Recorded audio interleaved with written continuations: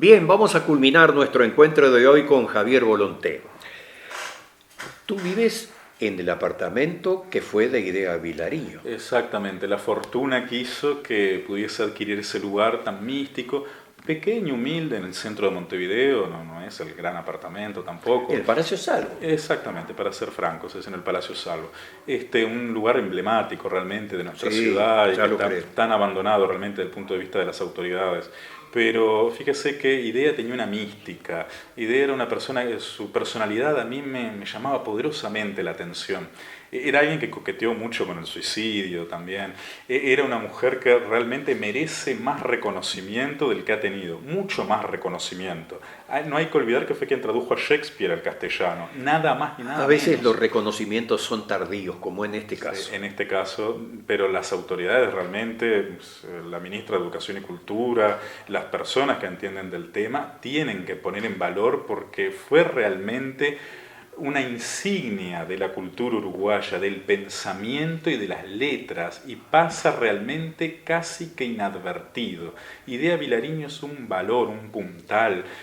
No solo fue la traductora de Shakespeare, sino que era una mujer de una sencillez increíble. Siempre la veía, sigue siendo, porque como dijo Galeano el día que falleció, Idea es igual que los árboles, va a permanecer, y es como esos árboles que tienen la raíz profunda, pero no hacia abajo, sino hacia arriba. Eso declaró Galeano hace 10 años cuando falleció Idea. Y este programa, esta conversación, este encuentro, justamente se va a dar en el día del cumpleaños de Idea Vilariño.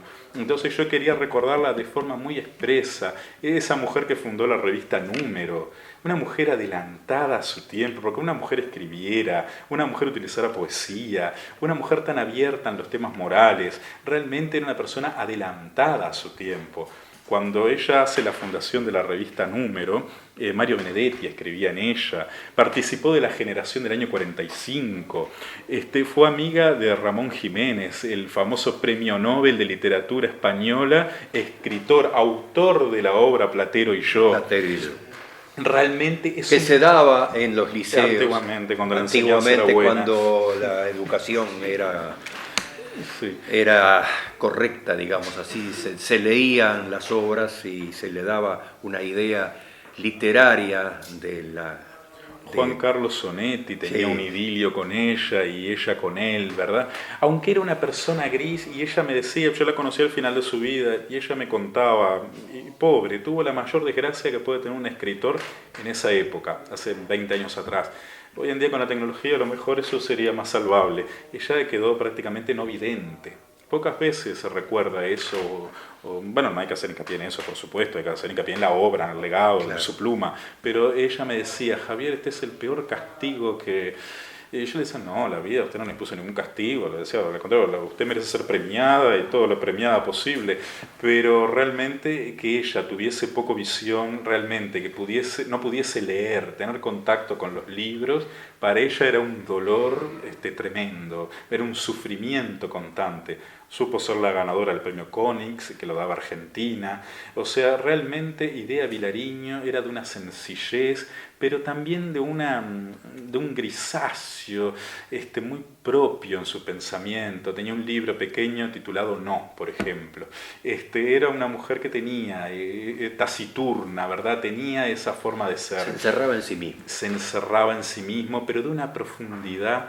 Ella tiene un poema muy lindo titulado Todo es simple, todo me es muy simple, pero realmente la simpleza es de una profundidad, tenemos que respetar y adaptarnos a nuestro tiempo, culmina diciendo. Eso es de buen escritor, porque un buen escritor emplea el método que se conoce como el método Quiroga, que es comenzar un libro haciendo una pregunta y finalizarlo contestando la pregunta o con una relación, ¿verdad?, a lo que se inicia. Ya los que escribieron la Biblia, por ejemplo, sabían de esos métodos de escritura y por algo la Biblia comienza con el Génesis, el comienzo, y culmina con la destrucción, con la venida del Señor, con lo nuevo que nace. El libro tú lo escribiste hace 10 años atrás. 10 años, ¿no? Y justamente en él lo que abordaba era el tema del suicidio. La principal epidemia que tiene el Uruguay es realmente la del suicidio. Es un tema de salud pública y es un tema que el gobierno actualmente no quiere abordar. Para interiorizarme sobre el mismo, recurrí a una ONG muy querida por mí, a la cual intenté apoyar y que el Partido Nacional apoyó antes que la cerrase el gobierno por no ser una ONG compañera, que era Último Recurso. Brindaban una asistencia telefónica gratuita 24 horas al día, que uno llamaba hasta del celular, ¿verdad? Aquellas personas que estaban intentando quitarse la vida tenían una forma de comunicarse con alguien y vaciar, digamos, ese interior lleno de cosas negras que... Claro, que parece esa enfermedad, claro. ¿Verdad? Estaba la doctora Peláez, por ejemplo, había gente calificada en estos temas que tenían posgrados y estudios y conocimientos sobre esta temática, ¿verdad? Y por no ser una ONG compañera fue cerrada. Pero realmente el tema del suicidio es un tema que Uruguay debe abordar. Y yo lo titulé Suicidio en el extranjero porque realmente una persona que desea autoeliminarse está en el extranjero, está lejos, ya no está aquí, ya se encuentra en otra patria. Es una persona que realmente su mente se ve afectada, la depresión la lleva tal que ha perdido la noción de la realidad. Está en otro país. Hay algo que también tú has tratado, que es la parte de la inmigración y la migración, porque actualmente se está dando ese fenómeno en nuestro país. Sí. Es decir, hay gente que migra hacia el Uruguay, pero no son inmigrantes. Exacto, sí. Fíjese que si vamos en números fríos, Uruguay tiene casi 600.000 personas en el extranjero en los últimos años. Sí. O sea que Uruguay también envía gente. O sea que tenemos que ser receptivos. Los que nos llegan en los últimos años no son tantos. Unos 60.000 se habló en los últimos años. Irá acrementándose por Venezuela quizás, pero no es tanta las personas. Lo que ocurre actualmente es que la Cancillería de la República hace un mal manejo y una mal defensa de la documentación uruguaya. Porque el problema que están teniendo muchos extranjeros con ciudadanía legal en Uruguay no es un tema del lugar de nacimiento, es un tema del lugar donde tienen ciudadanía. Lo que ocurre es lo siguiente: Uruguay no tiene una ley de naturalización, una ley de ciudadanía, o sea, se discrimina. Es decir, se dice que es uruguayo natural todo aquel que nace aquí o que tiene un vínculo sanguíneo, ¿verdad? Sus padres, sus hijos son de aquí. Aquel que viene de fuera tiene ciudadanía legal. Por lo tanto, los demás países de la comunidad internacional, ahora cada vez que llega un ciudadano legal que vive en Uruguay con un pasaporte uruguayo, le niegan la entrada, los deportan, les dice que es necesario obtener visa. Si al pasaporte uruguayo no se le pide visa, a ellos se les está pidiendo visa. Eso afecta a los derechos humanos, porque afecta al principio de la reunificación familiar, afecta a la libertad de tránsito. Hay niños incluso deportados. Los niños, por los consejos y las recomendaciones de UNICEF, dice que no pueden ser sometidos a demoras o problemas en los aeropuertos, ¿verdad? Por lo tanto, la Cancillería de la República lo que hace es descuidar a los naturales uruguayos, descuidar el valor del pasaporte uruguayo, porque que no respeten el documento de la República Oriental del Uruguay es también un golpe a la institucionalidad uruguaya, ¿verdad? Y claro, es un tema en el que hay que ahondar. Hay temas, una frase que me llamó mucho la atención, que aparece en algunas publicaciones tuyas, que dice: un país cuyos habitantes no leen o leen escaso es más vulnerable al engaño. Claro. Yo te diría que la frase encierra quizá lo que en los últimos años ha estado pasando en nuestro país. Claro. La lectura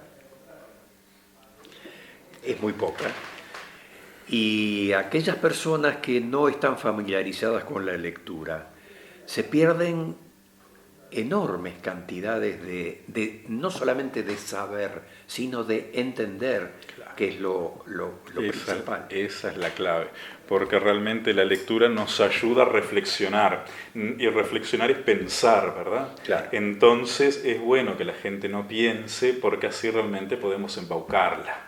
Así nos podemos aprovechar de ella. El pienso, luego existo. Claro, y eso es lo que hacen los gobiernos populistas para empobrecer a la gente. Les conviene que haya gente pobre, ¿verdad? Para obtener realmente votos en masa.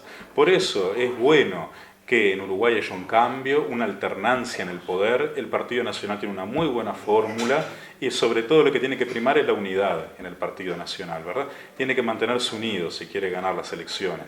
¿En qué sentido? Si miramos la historia del partido, un partido de hombres libres, pasionales, siempre por disputas se pierden las elecciones, teniendo todo para ganar. Fíjese, querido amigo, el caso de Lorenzo Carnelli. En 1926, Lorenzo Carnelli, un blanco, un gran legislador, un hombre de avanzada, al cual le debe el Partido Nacional y el país entero le debe a Lorenzo Carnelli, las leyes de la jubilación, sí, del descanso, que es un día de descanso en la semana. Realmente era un hombre innovador, de licencia, leyes correspondientes a ello, ¿verdad? Que se plasmaron gracias a él. La ley de la caja de previsión social. Entonces, un hombre que hizo tanto, la ley de la vivienda digna de Lorenzo Carnelli.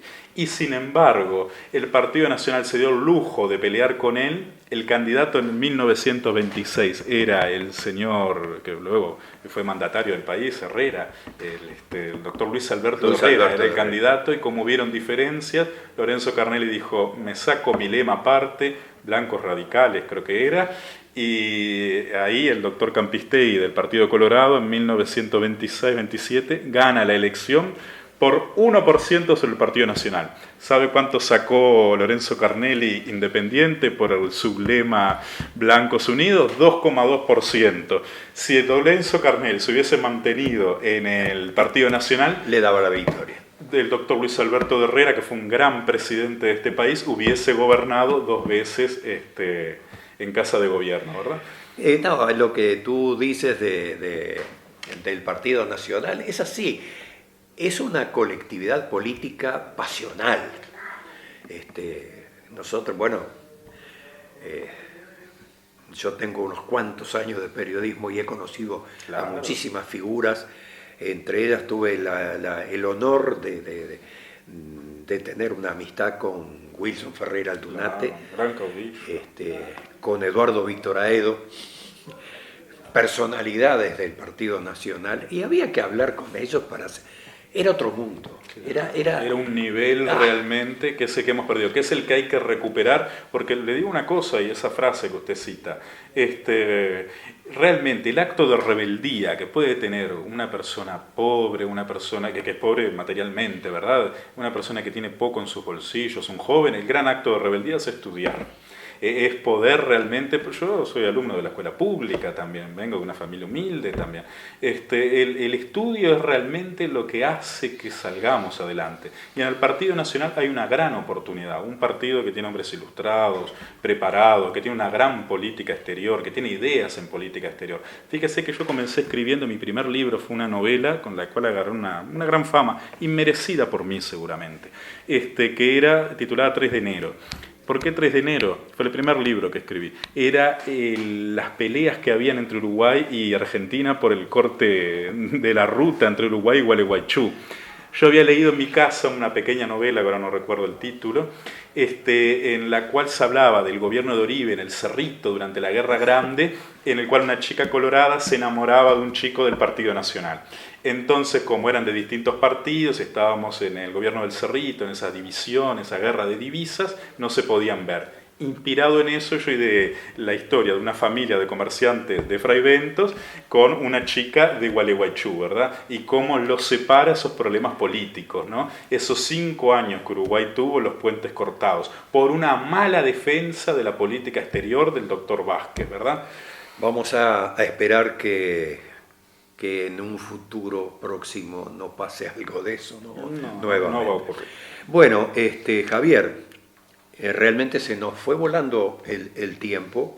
hemos tenido un muy lindo encuentro, una muy linda charla, que seguramente en un futuro, después que pase toda esta varaunda, digamos así, de la campaña electoral, podamos reiniciar un encuentro y hablar un poco de lo que has escrito y de tus planes de futuro. ¿Cómo no? Va a ser un gusto estar en un programa que tiene un nombre que es muy seductor. Fíjese que la palabra encuentro viene del latín antiguo y no tenía el significado de ahora, porque es una palabra con mística, es una palabra positiva, pero en sus comienzos en latín no era así, porque la palabra viene del verbo encontrar, ¿no? Si lo separo en sílabas, el comienzo, el participio es en contra, ¿verdad? Que estoy en contra de algo. Pero ya en el siglo XVII se modifica y se le da el significado de hallazgo, ¿verdad? Por lo tanto, aquí he hallado muy buena gente, un gran periodista y uno que ha andado por el mundo entero, le puedo decir que es la mejor entrevista que me han hecho. Por favor. La puerta abierta siempre. Muchas gracias, Javier. Y a ustedes, señoras y señores, les agradecemos la atención y los invitamos, como siempre, para un próximo encuentro.